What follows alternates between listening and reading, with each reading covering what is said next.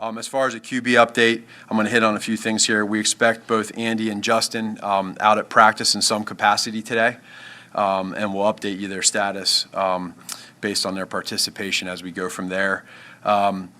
In regards to the depth chart with them, I'm sure that question will come. Andy's the 1, Justin's the 2, and Nick as the 3. Starter will be sorted out once we have a clearer picture moving forward here. So we'll know more, and we'll clear that up. All right, a lot of words there. But we go to the rag, our rag, Rappaport and Garafolo, intrepid NFL information men. Ian, how did it all come together here? I mean, what are we looking at in Chicago? 1 net passing yard on Sunday.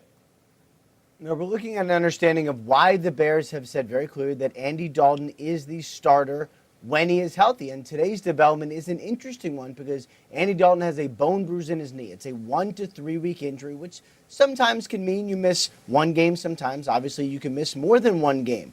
This means that Andy Dalton could actually come back after missing just 1 game, Mike, and that would be good news. And I think with Justin Fields, who everybody believes is a big-time talent, someone I know the Bears are extremely happy about drafting, a very, very high ceiling.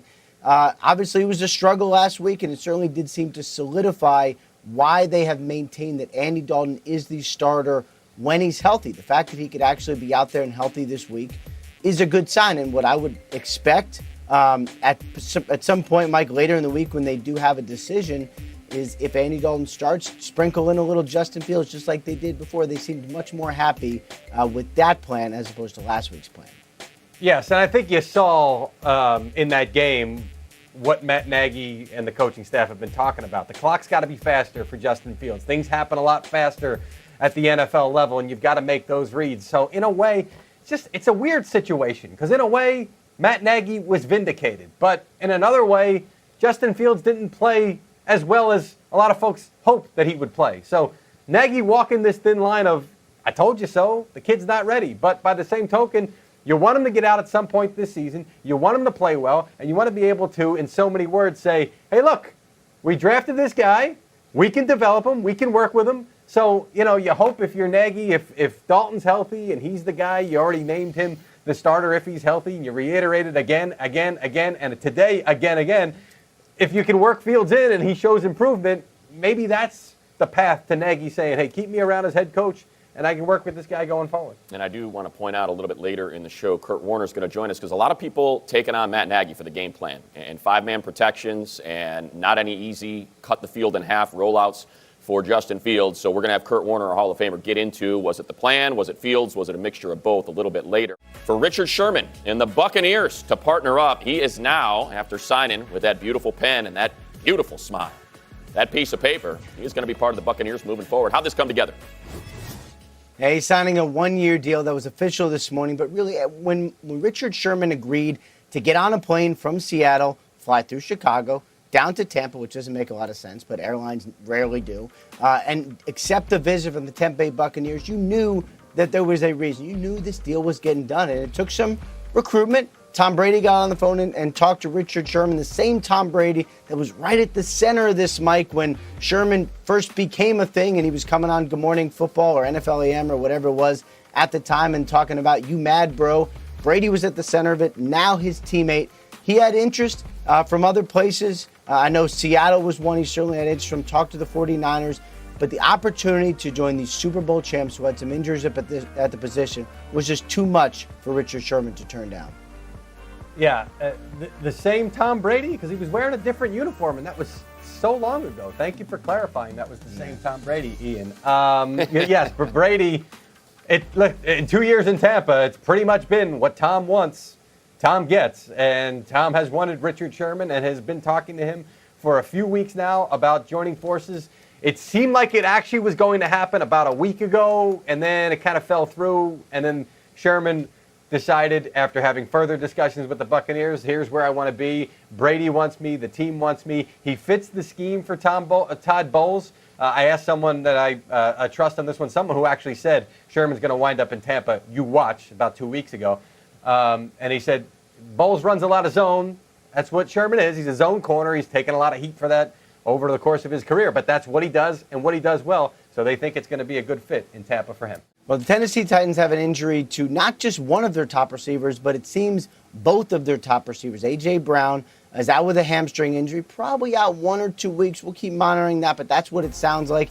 And now Julio Jones, their star receiver who exploded so much in week 2, just had a huge game, didn't play much at the end of week 3. He's dealing with a leg injury. He's receiving treatment on it. No word yet on his status for Sunday. But certainly it is possible that he has to miss some time, and the Titans may have to go play the Jets without 2 of their top weapons at receiver. Big challenge for us this week. Obviously facing one of the top teams in the league, if not the top team. So we've know some of the players well. Tom and Rob and guys like that. Certainly Rob and Tom have done a lot for this organization, a lot for me. And I appreciate everything they've done. I have a ton of respect for them. But this Sunday, we're on opposite sides of the field. We're going to do all we can to not make them enjoy the night. I'm sure they'll do the same to us. Everybody's different. Everybody's situation's different. I'm also not expecting this thing to take a year or 2 until I start, taking care of the ball and playing better. So, I think I'm trending that way right now, and I'm looking forward to the rest of this season and feel like there's a lot of work for us to do and a lot of games that we can win. So I'm going to do that as fast as I can, accelerate that as fast as possible. But in the end of the day, all you can control is how you prepare. And when you get on the field, just trust that and go play. And that's all you can do. And I feel like I've done that. And obviously, like I said, I haven't played my best, but I know there's a lot of good football ahead. So I'm not worried at all. Looking for the first win of the season are the Jaguars, in the first win really since week 1 of the 2020 season. So what are they saying in Jacksonville about this Thursday nighter and how they're feeling after this 0-3 start? Well, Money, I spent some time in Jacksonville this week to find out just that. What's going on with the Jaguars? 18 consecutive losses. The record's 26. I was actually pleasantly surprised that spending time in practice, the mood wasn't tense. They weren't like a team that had been a losing culture. I saw some of the receivers playing with each other, playing catch with each other, joking around. Trevor Lawrence was joking with his offensive coordinator, Darrell Bevel. And so I asked their top pass rusher, Josh Allen, what's really going out here? He knows that the perspective outside has been dysfunction, questions about Urban Meyer. And he said, hey, you could look at the scoreboard and get one perspective, but I'm telling you, here, we feel like our time is coming. It's just a matter of time. He said, I'm not a guarantee guy, but this week, next week, I feel like our win's coming. And why not this Thursday night? It's a great platform for us. He said he did a lot of research on these Thursday night games, and what he found out is that there's a lot more blowouts. And the reason why he felt like is because of preparation. So he felt like their preparation's been good this week. He believes they're going to catch the Bengals at the right time and break that streak this week. You got to remember that Trevor Lawrence has lost games rarely. 2 losses in high school as a starter, 2 losses in Clemson as a starter. He's already had 3. Urban Meyer didn't lose in college much at all either. So they feel like the winning ways will turn around. They feel like this is a new era. And although Jacksonville has been a losing franchise in the past, they feel like they can turn it around. And I tell you what, moral victories aren't a thing in football often, but there's a vibe this week that the game last week against the Cardinals, they led at halftime, they kept it close. That was sort of a moral victory that they believe can help them trend in the right direction heading into Thursday. Already out on the field. Jalen Ramsey, if this continues, a likely Hall of Famer. Pretty easy to see Richard Sherman don in that gold jacket when he calls it a career, but he's got another year to play, signed that 1-year deal after missing 11 games last year with that calf injury. So let's get a little bit deeper on all of it with Richard Sherman reacting to his first day as a Buccaneer. The same thing I think I usually bring. I think I bring a level of leadership, accountability. I think I bring a high level of play. I think sometimes from the outside looking in, people think, oh, man, he's this old, and that changes the way you play, but it really doesn't. My standard of play is just higher. You know what I mean? The standard that people hold me to is just higher. I'm not allowed to have bad games. I'm not allowed to give up catches, without getting killed. So I think the accountability part, I'll bring that, and hopefully I'll earn the respect of my teammates.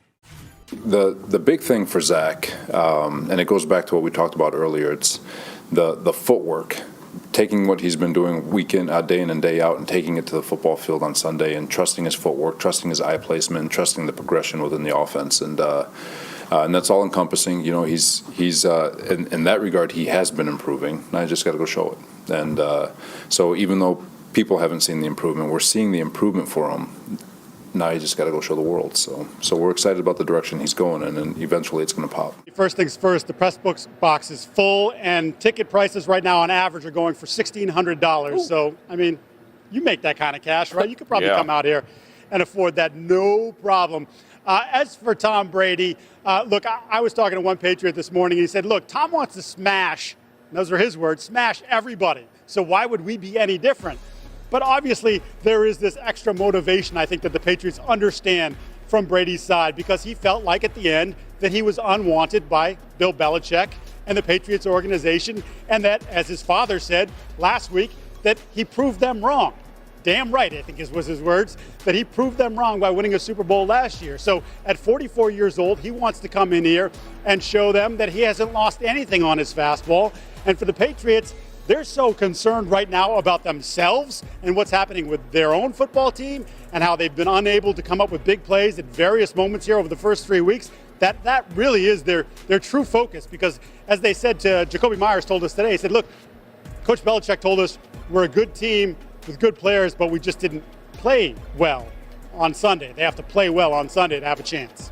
Cynthia? I mean, look, the Bill Belichick saying that he's focused on his team, that's sure. I think he probably had this one circled, but the big plays are for real. They are not getting the big plays that they need. They're not stopping the big plays against them. The defense is the strength of this team, but so is their O-line. So they're going to have some interesting looks ready here. I don't think that they're just so, I'm not buying it, Giardi. I just think that they're definitely, I think they kind of know who the opponent is, and I think they have some tricks up their sleeves. You were there. You saw it. And it's coaches and play calls versus players. What did you see out there Monday night from Jalen Hurts in a game that the Eagles ran the ball all of 2 times? The one thing I know about Jalen Hurts, and we've seen it every time he's got an opportunity to play, is he's a game changer. He's a playmaker. He's a guy that can do a lot of different things, but when he's at his best is when there's more chaos, when he's out on the edge, when he's using his legs to buy time, and then he can make some really special throws when he's out of the pocket. What he isn't great at this point in time in his career is dropping back and throwing the football from inside the pocket and deciphering defenses and being consistently accurate with the football. So, like everybody, Mike, when I was calling the game on Monday, I was scratching my head like, what are we doing here? You know, what?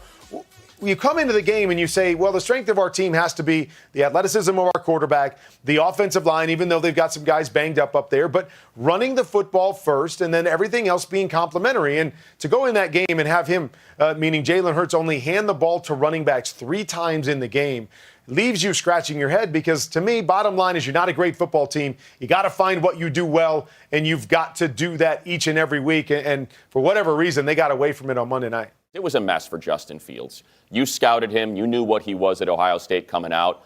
How did the Bears manage all of 47 yards offense and 1 net yard of passing? And again, it seems like each guy's taken a little bit of incoming here. The play caller and Matt Nagy versus the player, Justin Fields.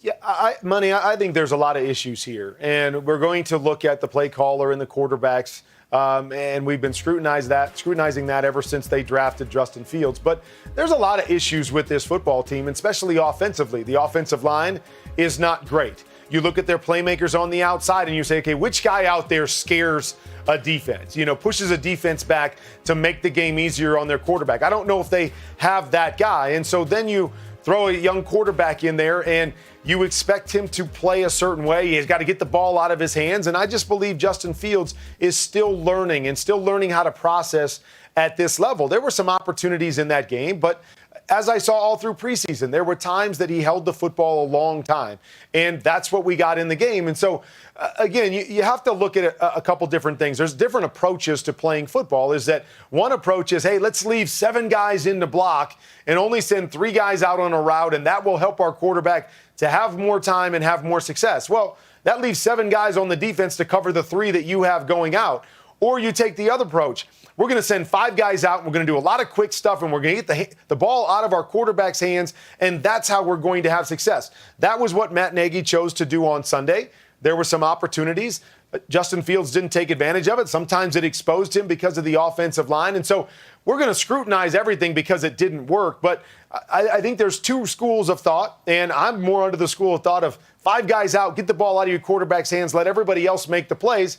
It just didn't work out very well against Cleveland this past Sunday. But I don't think it was necessarily a bad approach. Yeah, love it, Kurt. Appreciate that, because it just seemed like the low-hanging fruit was attacking Nagy for only keeping 5 guys in. And as we listen to someone like you, of your accomplishment and resume, and knows what you're looking for out there, it did feel, and that was kind of the knock on Justin coming out of Ohio State, that he may need a little bit of time and seasoning to kind of get used to that. So appreciate it, Kurt. Great analysis, as always.